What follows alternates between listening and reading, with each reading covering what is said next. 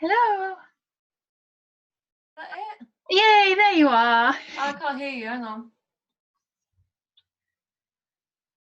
Hello. Hello? Hi, can you hear me? Yeah, I can hear you. Oh, good. Oh, good, we're there. We are.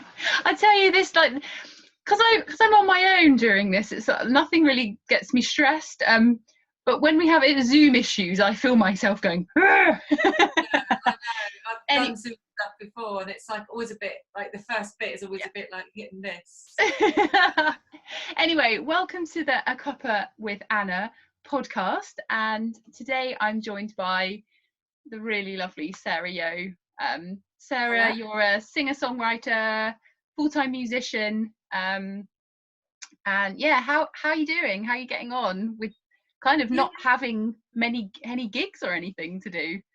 Well, actually, I'm not minding the break. I'm quite enjoying the break, just to rest my voice, because it's pretty. Since I first started, it's been just non-stop really since I started singing. So it's nice just to have a forced break and just be able to write songs a bit more often, really, and just not think about having to rest my voice because I'm singing that night, you know. So it's been nice, but I've kind of missed my little tour that I was starting. So Yeah. I'm disappointed about that, but Aww. you can't have these things. But. And how's your back? Because a little birdie told me that you've been cycling up some very long steep hills. Yeah, it's actually worse again today. I've kind of plonked myself in a position and with a hot water bottle and just You're like a little bit stiff if you like look a little bit like this. Yeah, I look very stiff today, but yeah, I'm just hoping it will go away soon because I'm still eating the same amount, but I'm not doing my exercise. Yeah. Oh, so just to kind of make the listeners aware, Sarah, I discovered Sarah, well, gosh, I used to watch YouTube videos of you years ago when I was just starting out as a songwriter and singer, and a friend of mine used to play your music at his house, and I remember hearing you one day and thinking, who's this? And then the stalking began, and and I just sit there and watch these videos of you just in complete awe of you. And just by chance, I think we ended up several years later, we ended up on the same lineup for a gig. And then I met you, and then, yeah, now I know who you are and I get to talk to you. It's amazing. Was it the Wonderful Women gig? It was. Oh, right. Yeah, that was good, that. Yeah, I know. Yeah. I put you on a little pedestal a long time ago, Sarah. Point. It's horrible, isn't it, when you really admire somebody like their music and then something just really puts you off them. So I haven't done that to you. No.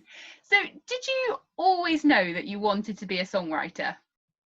No, not a songwriter. I think I always knew I was going to be a singer of some sort, but songwriting came a little bit later for me. I wished it hadn't. I wished it come a bit before, but it came kind of in my 20s, really. My late 20s, I started to write songs. So, yeah, a bit of a late starter, really. Okay. But in the end. And what was sort of life like as a child? Was there lots of music around you? Were you inspired by people? Not as such. I mean, my mum always plays the radio, so we were always dancing around the kitchen with mum and singing pop songs and stuff. But I kind of learnt to play the guitar at about age 7, and we just learnt folky songs, really, like pop folk songs. It was just the taste of the teachers at the time that we learnt. And so we just learnt song by song, not really any great technique, just learning to play songs, learning to sing songs and sing harmonies and things. But I wasn't really into pop music until my early teens, really. So it was kind of just what my mum and my nan had taught me and what I learned at guitar lessons. That's all I knew, really. Sort of John Denver, Beatles, that kind of thing, just classic stuff. What a great age to start learning the guitar at 7, though. Yeah, because I learnt, well, gosh, I learnt guitar at about 28 and put it down for many years and only really picked up in the last couple of years. And it's so much harder as an adult, I think. Definitely. Yeah, I wouldn't like to start learning an instrument now. I don't think I'd have the patience for it now. I don't know how I did back then, but I think as a child you're just a lot more willing to do things and practice. But But nowadays I'll try and learn the mandolin and I just cannot get my head around it. I can't.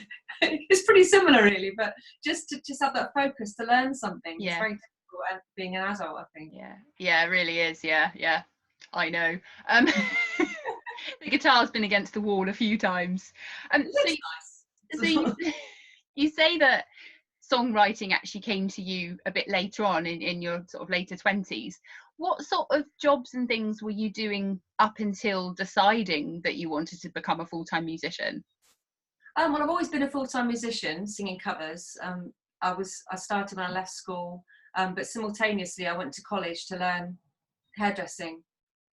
So I was gigging most nights, or 5-6 nights a week, and then I was at college and in my work placement in the daytime. So wow, so like 2 full-time things going on. Pretty full on. So I didn't want to go to college to do music because I went to view the course, and at the time the course didn't really enlighten me that much, didn't feel like it was worth me doing. So everyone was always saying to me, you need a backup because I know, musicians, it's such a hard life. So I think people just wanting the best for me, and so I decided to get this backup training as a hairdresser. So it was kind of useful for a bit, but I've done several different jobs as well in between.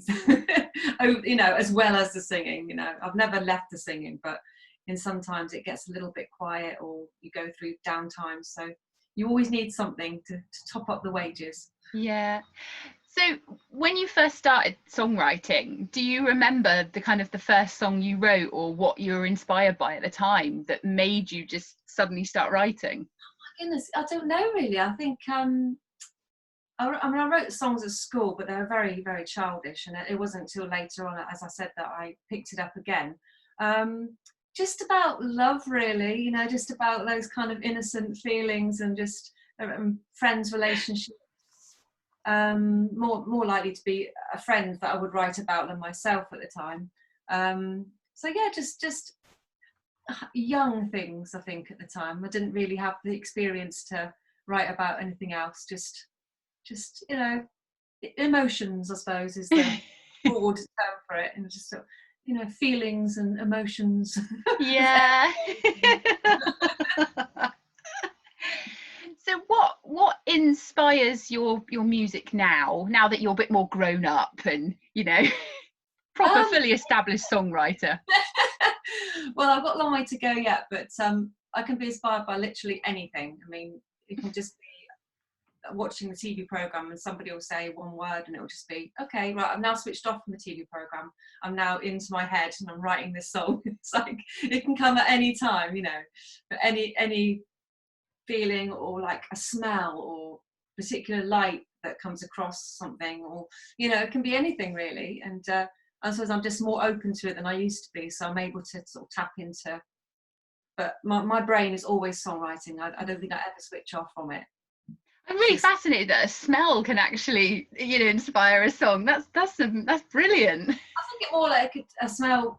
I seem to be really attracted to sort of smells like grass and barbecues and just lots of nice smells. And I think it just takes you back maybe to a time. You just get a flashback to a memory or something. I think that will spark the song off along with. There was a song that you recently released, which was on a new EP, which was called Lines, and I know that was one that I loved as soon as I heard it. So tell me a little bit about the inspiration behind Lines. Well, the feelings were with my partner now. We've been together for 3 years now, I think.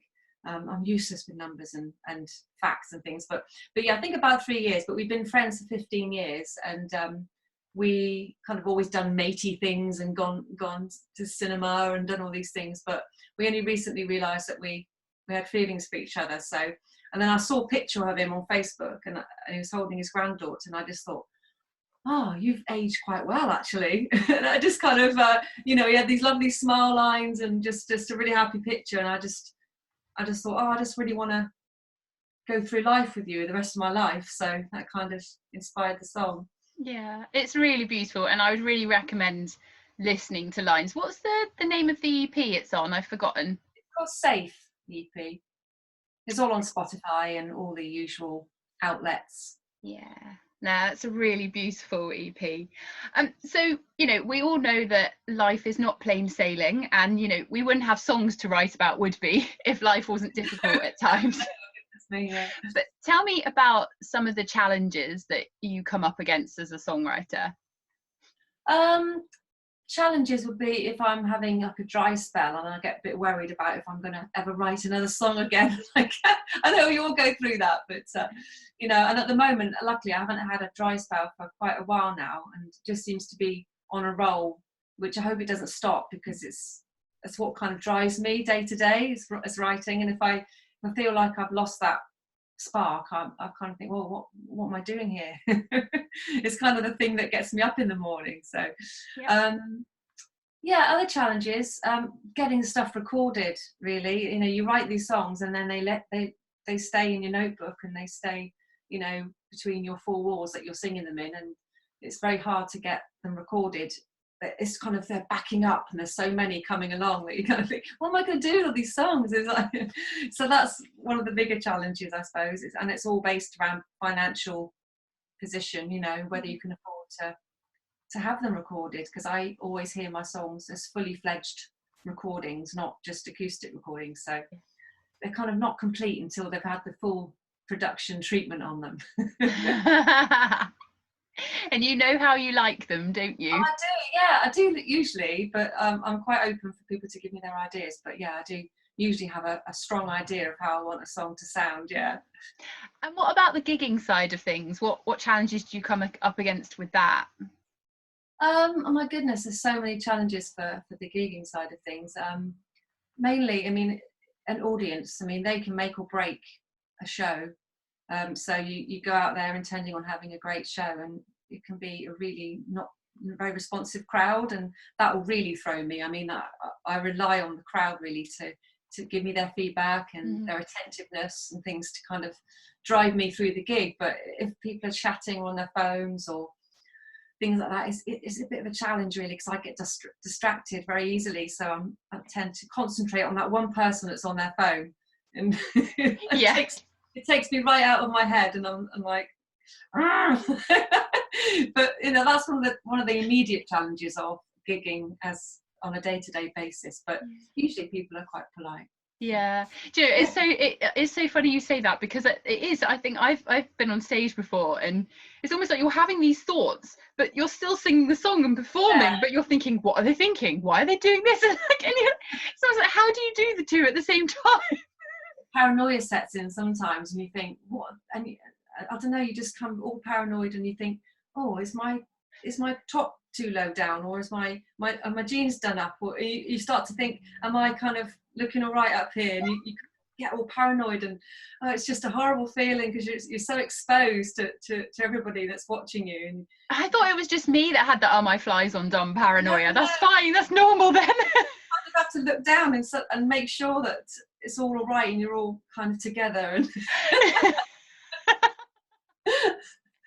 now, Sarah, I know that your mum is a really special person in your life, and she's always at your gigs. Whenever I come to a gig, your mum's there, and I know that she's part of the inspiration for one of your songs, which is called Roadie, another really beautiful song. Highly recommend checking it out.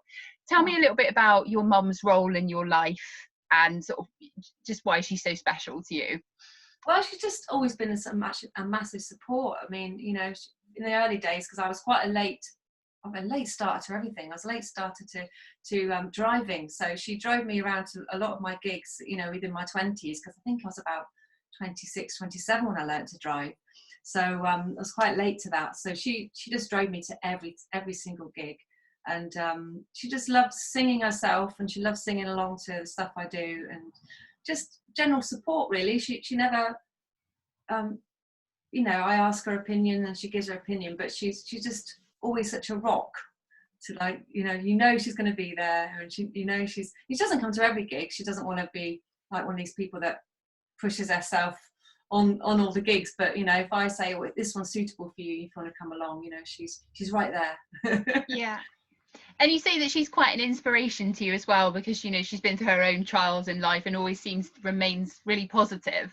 Oh, definitely. If I catch myself moaning, like, I rang her up yesterday and said, "Oh, my back's still hurting." I think, why am I moaning to my mum? She's got so many more pains and aches than I have. I mean, I have to stop myself from moaning. But she's right there. She's like, "Oh, poor you," and she always say she wants to be sympathetic to me. And I hear myself sometimes. I think, for goodness sake, everything that mum's got to put up with. Why am I whinging about a bad back?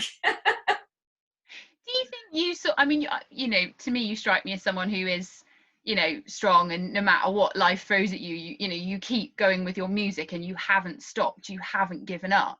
And I think that's like another reason, as well as singing amazing songs.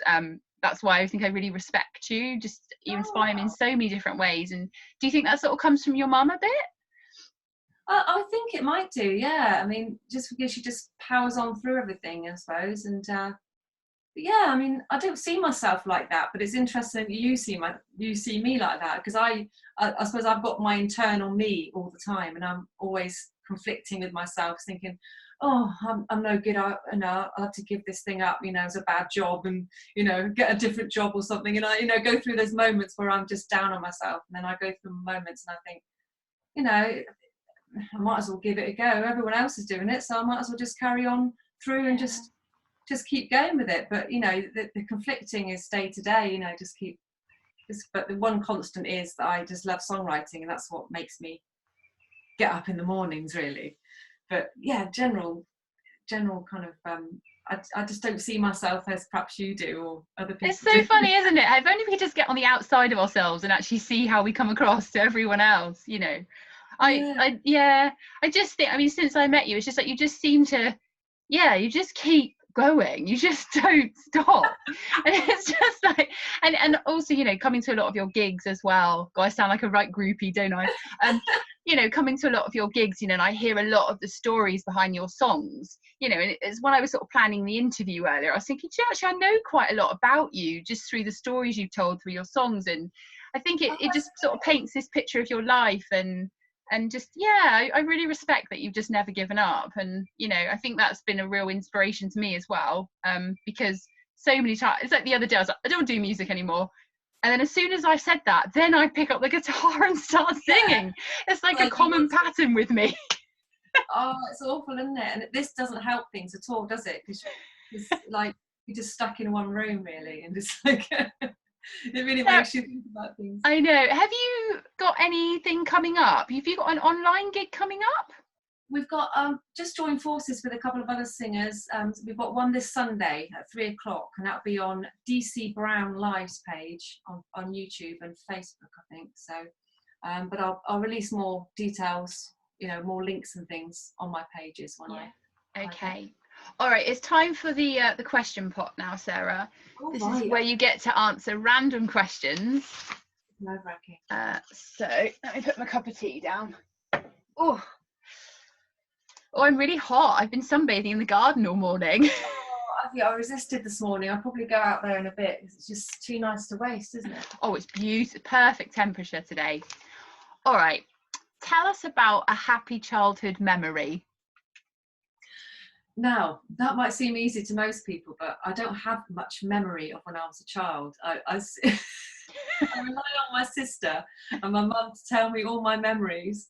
Happy childhood memory would be dressing up in sort of like old granny clothes and big high heels and big beads and hats and things, and just trooping down the road and like being like posh ladies and speaking to all the neighbours dressed up in this kind of old people's get up, like just dressing up and being stupid, really. You grew up in Pinho, didn't you? That's right, yeah. Yeah. So you're an Exeter lass. Oh, I am, yes. Yeah. So you were prancing around dressed up in Pinho. I don't know what the old ladies thought around the village, And you feel so grown up at the time, don't you? You feel like you're like a proper grown up.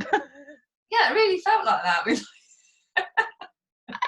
I haven't got any graphic evidence of that, mind you. So, have you ever volunteered? And if so, what did you do? I don't think I volunteered for anything kind of major. I volunteer locally for people if they want any help, or help with their gardens and things, or just anything they want doing really. But I haven't really done anything for a big organisation or anything like that. Is there anything that you would like to do? Was there anything you think, oh yeah, that would be cool? I like to work with the homeless people of Exeter, I think, but there's such a big waiting list, unbelievably, to actually go and work with people, you know, the homeless charities.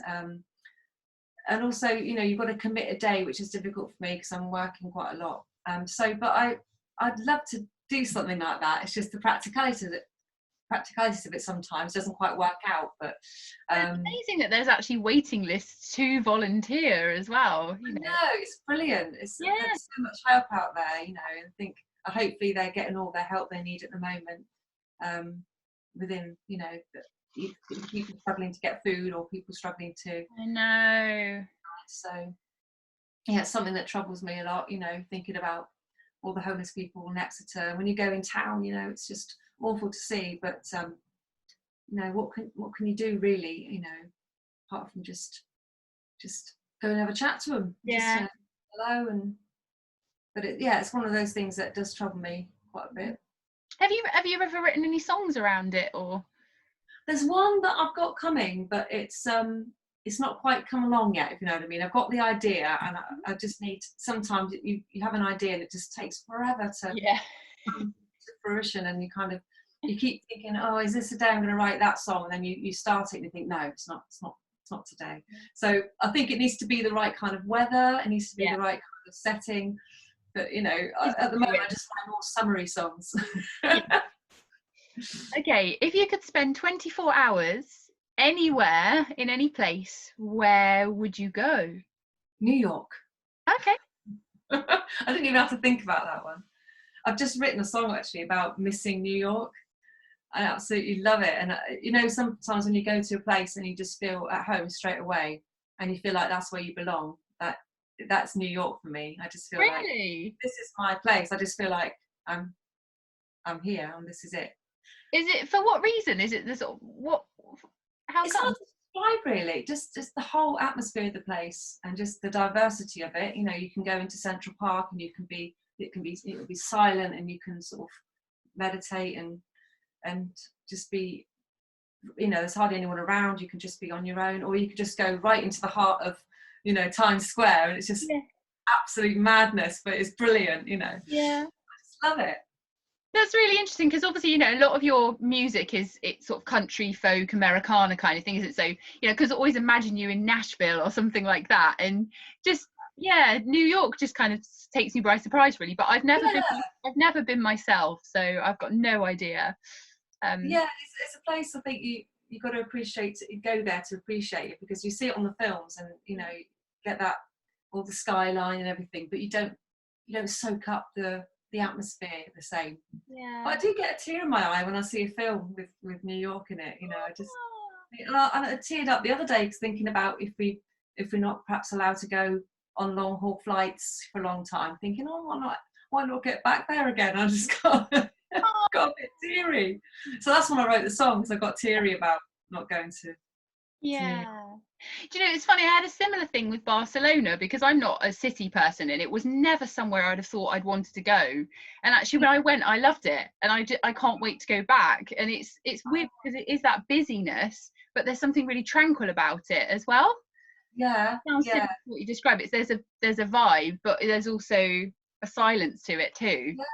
Definitely. Was that quite recently you went there? I went to Barcelona about a year and a half ago. No, it was beautiful. I'm dying to go back, so hopefully, like you, once we can fly again. Once we saved up enough tosh. Oh, I know. Yeah, but we should be saving now. I know, saving to a certain extent. Right. Oh, okay. What was your most embarrassing date? Oh, date?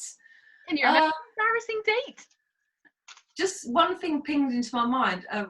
Went out with a guy quite a few years ago now, and he said he was 21, which was quite young anyway, and and it turned out he was 18. Sarah Yeo, how old were you at the time? He lied about his age. I'm not revealing my age. He didn't look young. In fact, was it 18 or 19? I can't remember. But anyway, it was like. How did it go? Like, I don't know how I got out of it. I don't know how I kind of got away or what now. But that's like one of my distant memories, you know. But yeah, it was a funny one. It was a bit of a surprise. Just felt like utter embarrassment. Oh, right, let's do one more of these and then we'll get your book and film recommendations. Okay. Everyone's at home and, you know, a lot of us have got more time on our hands. Okay, what was your standout moment of today? Today, opening the door and seeing the sunshine again.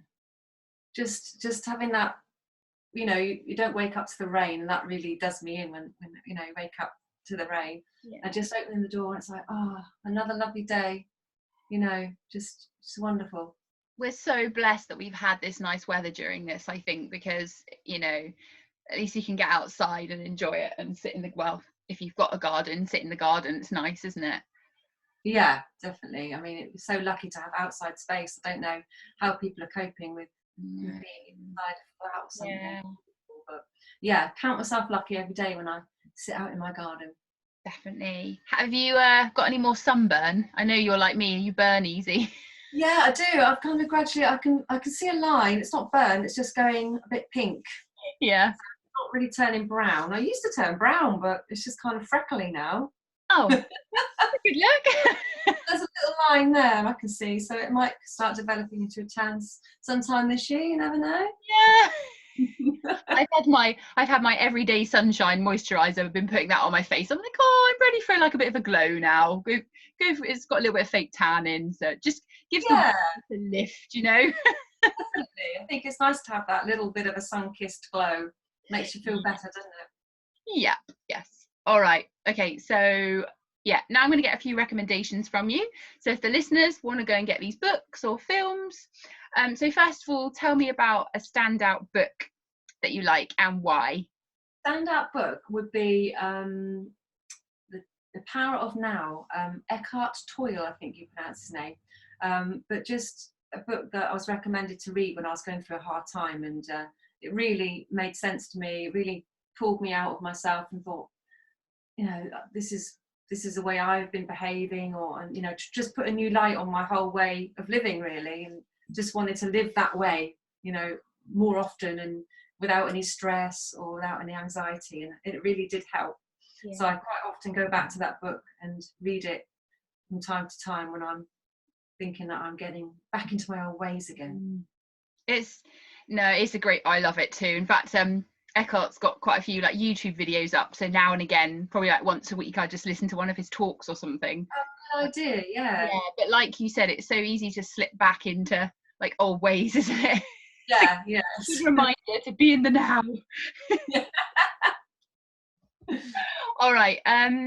Film will be it's a big choice because I've got some comedies that I really like, and I've got some thrillers that I really like, but I think the film that I would overall choose would be Before Sunset, or is it After Sunset? Before Sunset and After Sunrise. I think that's the two first films that were there. It was Ethan Hawke and Julie Delpy. Just great inspiring films, really, and it always used to lift me up when I used to think that there was no hope of finding the right guy, you know. I just used to always watch these films and think, oh, one day I'll meet a guy on a train and everything will be fine. But I've met a lovely guy now, so I don't feel the need to watch them as such, but I used to really feel like I need to watch that film again just to give me the hope. I'm so going to go watch these films now. I feel like I need them. I've posted them in an envelope, you can watch them. Yeah, get some hope. Yeah, I mean, it's just good. They're just lovely films, and I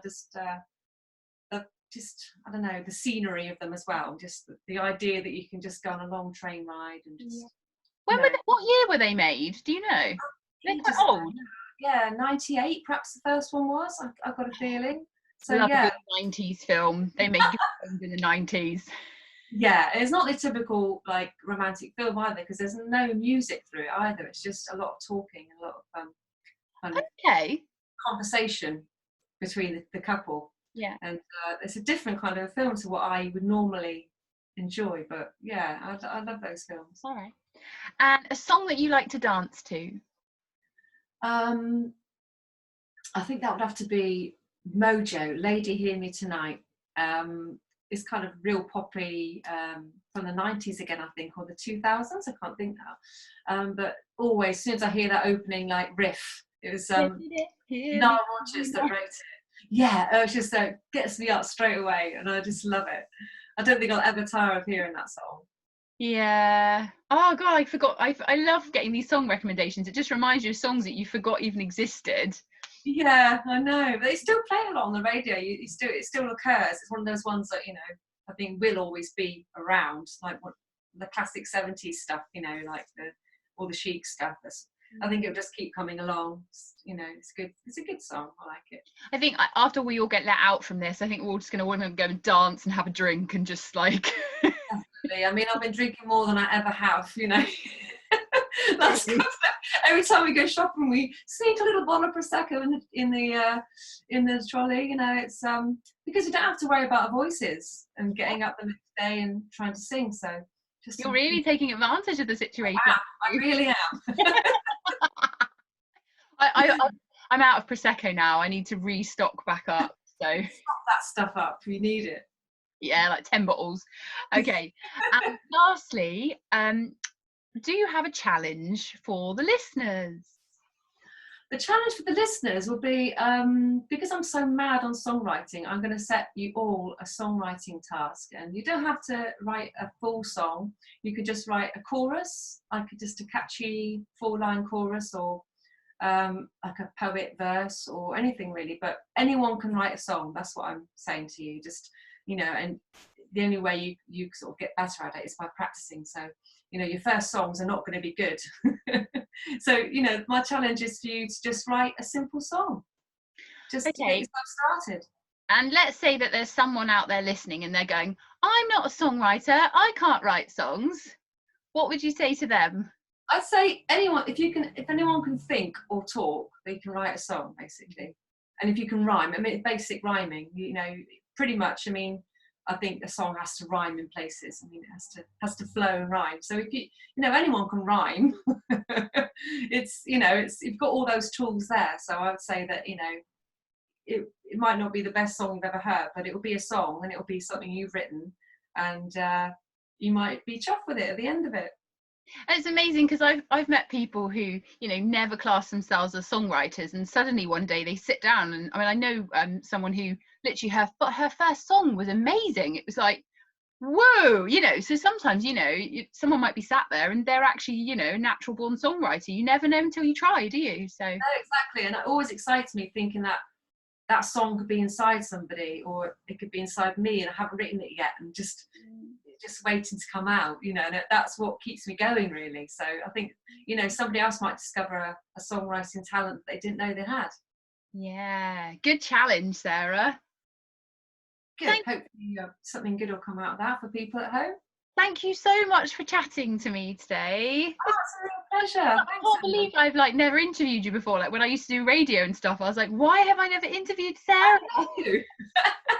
And we have such good chats normally, don't we? I know, I was so excited. So I want to do another one already.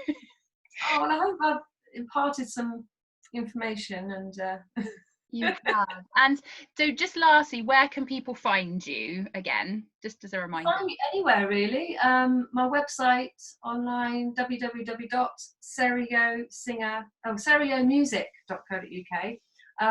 Facebook, Sarah Yeo Singer-Songwriter, Instagram @Sarah Yeo Sings, and Twitter @Sarah Yeo Sings. So I'm everywhere, basically. Yeah. Sarah, I see you've got your mic and guitar there, and I know the sound is rubbish on Zoom, but did you want to sing?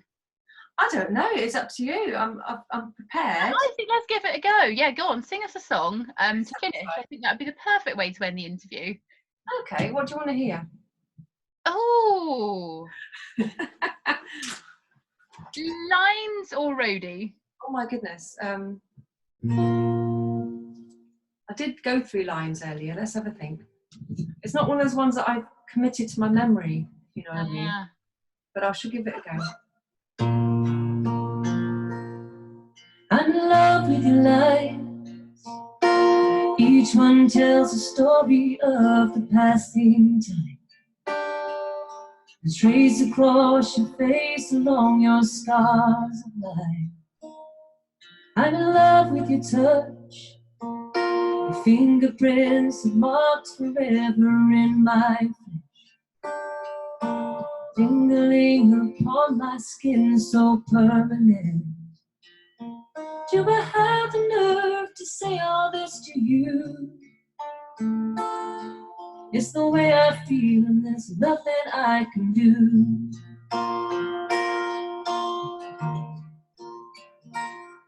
I'm in love with your smile, not the one you pose in pictures for. The one that I noticed a couple of years before. The day we smuggled cheap white wine through the cinema doors. Do I have the nerve to say all this to you? It's the way I feel and there's nothing I can do. If any of your lines are caused by me, I'm sorry, but I'm glad that I'm part of your history. 'Cause all this mean this time I've fallen for you properly. It feels that way to me.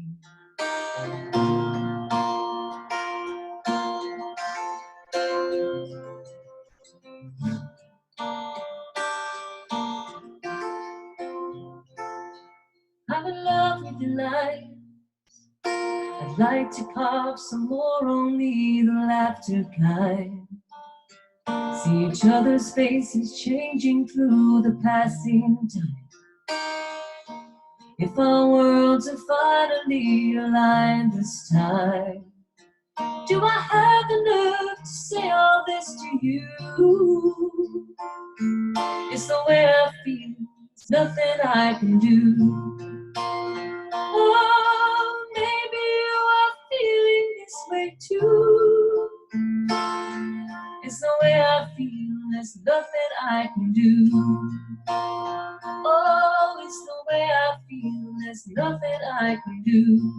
Oh, it's the way I feel, there's nothing I can do.